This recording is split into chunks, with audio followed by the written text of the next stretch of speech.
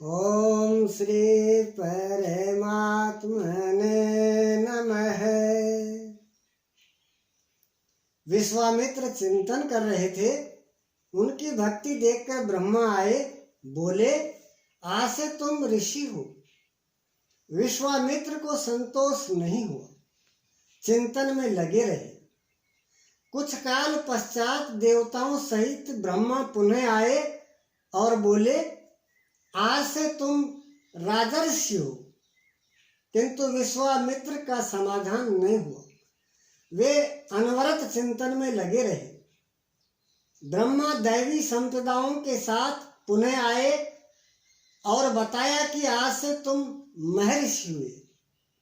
विश्वामित्र ने कहा, नहीं, मुझे जितेंद्रिय ब्रह्म ऋषि कहें। ब्रह्मा ने कहा, अभी तुम जितेंद्रिय नहीं हो। विश्वामित्र पुनः तपस्या में लग गए।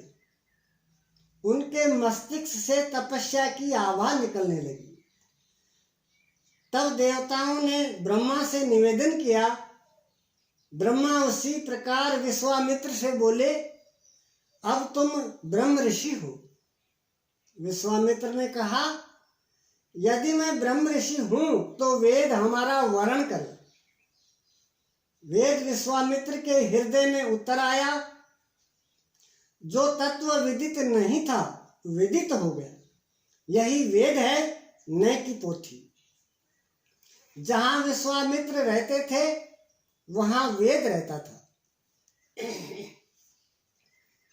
यही श्री कृष्ण भी कहते हैं कि संसार अविनाशी पीपल का वृक्ष है। ऊपर परमात्मा जिसका मूल और नीचे प्रकृति पर्यंत शाखाएं हैं।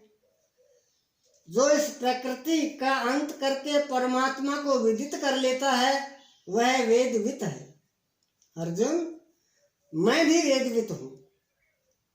अतः प्रकृति के प्रसार और अंत के साथ परमात्मा की अनुभूति का नाम वेद है।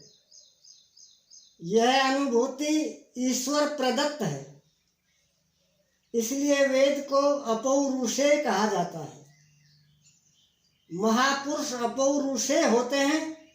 उनके माध्यम से परमात्मा ही बोलता है। वे परमात्मा के संदेश प्रसारक ट्रांसमीटर हो जाते हैं।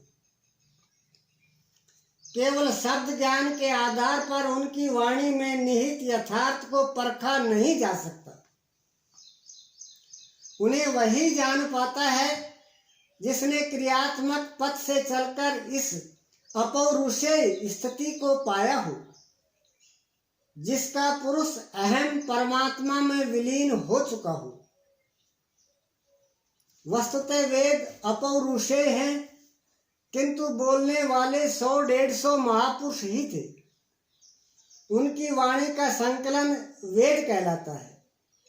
किंतु जब शास्त्र लिखने में आ जाता है तो सामाजिक व्यवस्था के नियम भी उसके साथ लिख दिए जाते हैं।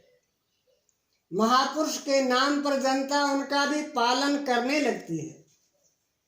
यद्यपि धर्म से उनका दूर का भी संबंध नहीं रहता। आधुनिक युग में मंत्रियों के आगे पीछे घूमकर साधारण नेता भी अधिकारियों से अपना काम करा लेते हैं, जबकि मंत्री ऐसे नेताओं को जानते भी नहीं। इसी प्रकार सामाजिक व्यवस्थाकार महापुरुषों की ओट में जीने खाने की व्यवस्था भी ग्रंथों में लिपिबद्ध कर देते हैं। उनका सामाजिक उपयोग तत्सामायिक ही होता है। वेदों के संबंध में भी यही है। वेद के 2 भाग हैं, कर्मकांड और ज्ञान कांड।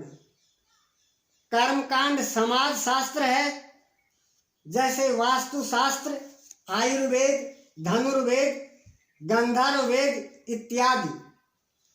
ज्ञान कांड उपनिषद हैं।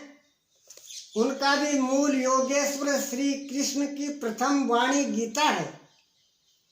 सारांश है, गीता अपौरुषेय परमात्मा से समुद्भूत उपनिषद सुधा का सार सर्वस्व है। इसी प्रकार प्रत्येक महापुरुष जो परमात्मा को प्राप्त कर लेता है, स्वयं में धर्म ग्रंथ है।